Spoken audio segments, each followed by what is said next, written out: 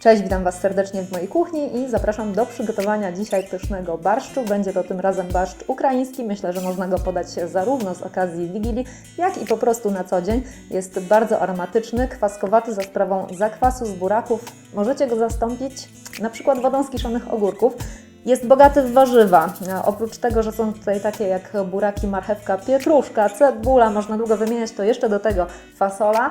U mnie bez mąki i bez śmietany, dlatego że wykorzystałam do zagęszczenia jogurt naturalny oraz część z warzyw ugotowanych zmiksowałam blenderem i taki patent też Wam gorąco polecam. Nie przedłużam, zobaczcie jak go przygotować, a jeśli film Wam się spodoba, a barszcz przypadnie do gustu, to będę wdzięczna za kciuki w górę.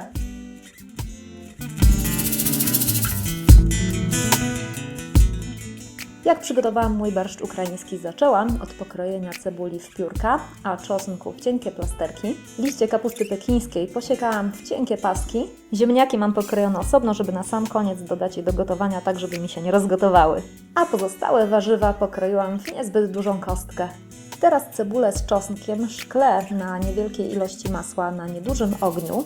Można ją w tym momencie delikatnie posolić i dodaję połowę pozostałych pokrojonych w kostkę warzyw i znów na niewielkim ogniu pod przykryciem duszę.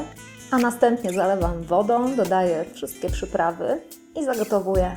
Taki wywar gotuję na niewielkim ogniu, tak żeby delikatnie tylko pyrkał przez około 20 minut. Kiedy wywar jest już ugotowany, większość warzyw odcedzam, staram się zostawić cebulę i te warzywa trzeba zmiksować teraz na gładką papkę, bo posłużą potem do zagęszczenia barszczu. A pozostałe surowe warzywa w kostce dorzucam do garnka i gotuję całość przez 5-10 minut. One mogą nawet być takie odrobinę chrupiące, jeśli lubicie takie warzywa, wtedy w warzywach też więcej zachowa się korzystnych dla zdrowia składników odżywczych. Około 3 minuty, ewentualnie 5 minut przed końcem gotowania dorzucam ziemniaki i gotuję całość. Kiedy ziemniaki są już ugotowane, dorzucam jeszcze do mojego barszczu kapustę, a na sam koniec wyłączam palnik, dodaję zakwas, a rozmiksowane wcześniej warzywa mieszam z dodatkiem jogurtu naturalnego oraz pomidorowej pulpy. Teraz na sam koniec tę mieszankę jogurtowo-warzywną hartuję gorącym barszczem. Dodaję 1-2 łyżki i dokładnie mieszam, a potem stopniowo dolewam do garnka i mieszam cały barszcz, żeby delikatnie się zagęścił. Można jeszcze na sam koniec doprawić surowym czosnkiem roztartym z odrobiną soli, jeśli lubicie takie mocne smaki w barszczu. I to właśnie mój barszcz ukraiński. Mam nadzieję, że taka troszeczkę unowocześniona wersja przypadnie Wam do gustu. Dajcie mi znać, jeśli przygotowujecie już taki barszcz ukraiński i robicie to w inny sposób, z jakich składników wykorzystacie.